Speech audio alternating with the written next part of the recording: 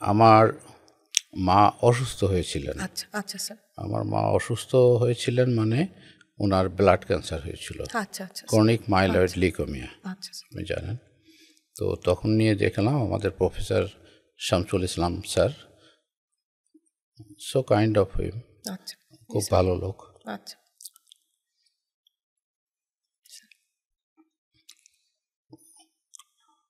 Sorry, না উনি sir, আমাকে কোনো ডেকে সমস্যা বললেন, নেই। জি স্যার।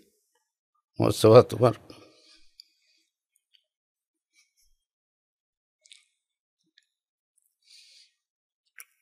তোমার মায়ের ক্যান্সার হয়েছে। আচ্ছা স্যার। আমি তো এক উপরওয়ালা ছাড়া বাঁচানো কেউ নাই। জি স্যার। তখন তো এত এত জি ওষুধ, স্যার, এত ওষুধ তো এত স্যার তখন টেকনোলজি ছিল না ডেভেলপ স্যার। করে নাই জি তখনও। স্যার, জি আর স্যার। এত মলিকুল, এখন যত মলিকুল আছে ক্যান্সারের জন্য, জি স্যার। এগুলো ছিল না তখন। একমাত্র ট্যাবলেট মাইলেরান, আচ্ছা স্যার। মাইলেরান ট্যাবলেট উনি দিলেন যে এটা খেতে দাও। তো তারপরে পরীক্ষা কয়েকদিন থেকে আমার এক বান্ধবীর রুমে কয়েকদিন থেকে তারপরে বাড়িতে গেল। আচ্ছা স্যার। তো আমার বান্ধবীটা খুব যত্ন করছিল মাকে। আচ্ছা স্যার। আমরা একসাথে পড়াশোনা করতাম। আমাদের তো জানেন লাইব্রেরিতে জি স্যার। ব্যাচ ওয়াইজ পড়তে জি হয়, স্যার, জি স্যার। তা না হলে মেডিকেল জি স্যার, মনে তো থাকে আসলে না। হ্যাঁ, জি স্যার। হ্যাঁ, হ্যাঁ, জি স্যার। একজন পড়ে আরেকজন শুনে, আবার বলতে হয়, আবার করতে হয়। তো সে খুব কাছের ছিল, তার কাছে রাখলাম। তারপরে বাড়িতে চলে গেল।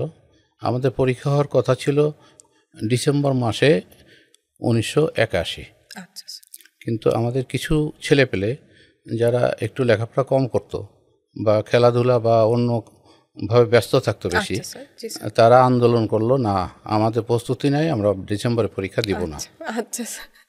অন্য অন্য ইউনিভার্সিটি কিন্তু দিয়ে জি দিল, স্যার, আচ্ছা, চিটাগং আচ্ছা। ইউনিভার্সিটি, আচ্ছা, রাজশাহী ইউনিভার্সিটি, তারা কিন্তু ডিসেম্বরে দিয়ে দিল আমাদের ব্যাচের যারা ছিল। আর আমাদের পরীক্ষা হলো গিয়ে পরবর্তী বছর জানুয়ারিতে, 82 জানুয়ারিতে। 81 কোনো পরীক্ষা হয়নি। আচ্ছা স্যার। 82-তে দুটো ব্যাচ পরীক্ষা হলো, আমাদেরটা হলো আবার সেপ্টেম্বরে গিয়ে আমাদের পরের ব্যাচ। সেই জানুয়ারিতে পরীক্ষা দেওয়া, ওই 3 মাস পিছানোর কারণে জি স্যার। আমি আর মাকে আর আনতে পারি নাই, চেক আপ করাতে পারি নাই। ফার্দার কি পরীক্ষা করানো যায় না করানো যায় এগুলো করতে পারি না। তো যেদিন পরীক্ষা দিয়ে বাড়িতে গেলাম, ওদিন মা খুব অসুস্থ, শ্বাস নিতে পারছেন না। তো ওই এর মধ্যে বলি, ওই ফাইনাল ইয়ারে থাকতেই মা বলল যে ওই মেয়েটাকে আমার বউ করে আনবো। আচ্ছা আচ্ছা।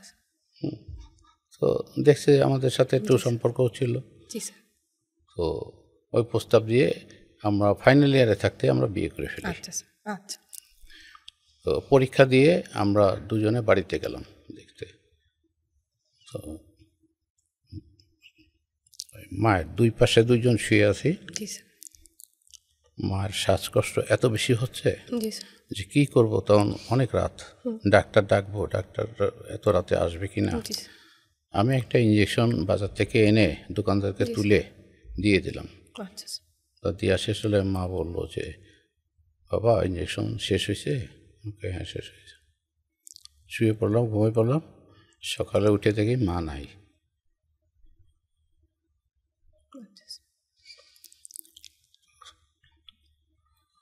তখন আমার একটা মনের মধ্যে একটা ইয়ে হয়েছিল যে দেখি অনকোলজি বা ক্যান্সারে কিছু করা যায় কিনা।